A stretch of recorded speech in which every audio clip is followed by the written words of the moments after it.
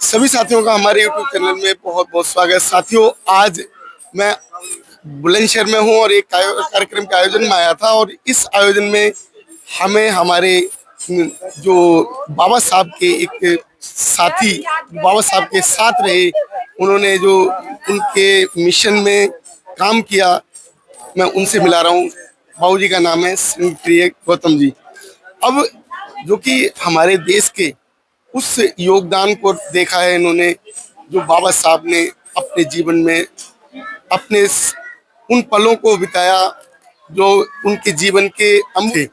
और उन दिनों में बाबूजी ने क्या महसूस किया बाबा साहब के साथ। जय भीम बाबूजी। अभी देखो भैया, बाबा साहब ने स्वयं सत्याग्रह कराए थे जी माह तालाब का सत्याग्रह कराया था पानी पीने के लिए जी। और कालाराम मंदिर का सत्याग्रह कराया था वहाँ प्रवेश के लिए। तो बाबा साहब जो थे, लेकिन सत्याग्रह के साथ साथ वो कानून का पालन करते थे और इसलिए वो सफल होते थे, कभी फेल नहीं हुए। आपकी मुलाकात बाबा साहब से कैसी हुई थी? बस बताए थे, हम तो खुद मिलने गए थे। हमारे मन में थी कि भाई बाबा साहब का नाम इंग्लैंड में गोलमेज कॉन्फ्रेंस हुई थी और बाबा साहब उसमें लड़ झगड़ करके आरक्षण ले आए थे। तो बाबा साहब का नाम जो था अखबारों में छप गया था और प्रचलित हो गया था। और हमारे फर्रुखाबाद जिले के एक स्वामी अछूतानंद थे और वो जो है बाबा साहब को जो है उन्होंने लेटर लिखा, वो बुलाना चाहते थे। तो बाबा साहब का जब नाम हमने सुन लिया कि एक अपना नेता है और दूसरे हमारे पास एक गांव है कनेरी, रसूलगढ़ हमारे गांव के पास, वहाँ का एक आदमी 1945 की दूसरी लड़ाई में भर्ती हो गया था।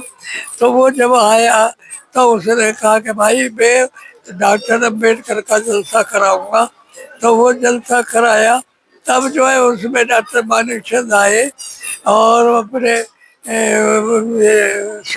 चौधरी परशुराम अलीगढ़ के और बीपी मौर्य पहली बार आए थे, वो पढ़ते थे।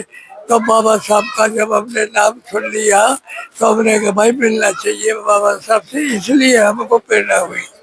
अच्छा, बाबा साहब से मिलने के बाद आपने क्या महसूस किया और क्या ऐसा? तो फिर तो हम लग गए काम है कि बाबा साहब के रास्ते पे हमको चलना चाहिए। तो ये जब प्रचार किया बीबी मौर्य सक्रिय गौतम ने ही तो किया, सुना है या नहीं? जी जी जी। हाँ, ये मेरी आपसे आज मुलाकात हुई है, मैं तो आपको पहचानता नहीं था।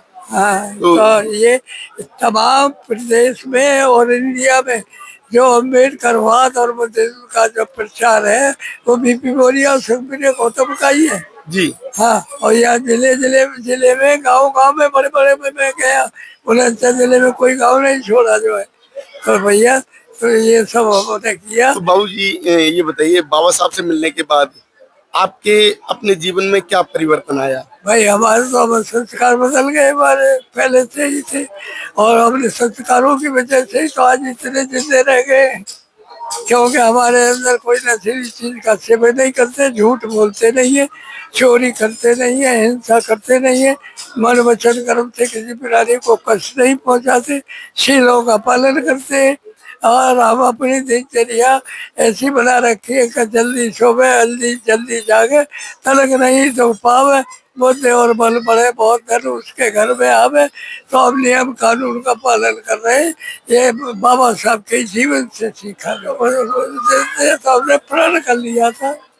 अच्छा, हाँ, प्रण कर लिया था कि हम इसी रास्ते पे चलेंगे, तो उसी रास्ते पे चलते रहे। जेल भी गए, चड्डे भी खाए, पैदल भी रहे, भूखे भी रहे, लेकिन हम उसी रास्ते पे चलते रहे। और आज भी इस उम्र में किसी में दम है इतना, सभी से पूछ रहा हूँ मैं। जी जी बाबूजी। कितनी एज हो गई अभी आपकी? अब 96 भी होने शुरू हो 96 गए। साल की। हाँ। तो ये हमारे साथ बाबूजी हैं, उस प्रिय गौतम जी, जिन्होंने भारत के अंदर बाबा साहब के बाद जो एक मिशन को, बाबा साहब के जाने के बाद बाबूजी ने जो योगदान दिए वो सराहनीय है। आप लोगों की क्या राय बनती है हमारी इस वीडियो पर, अवश्य बताएं। धन्यवाद।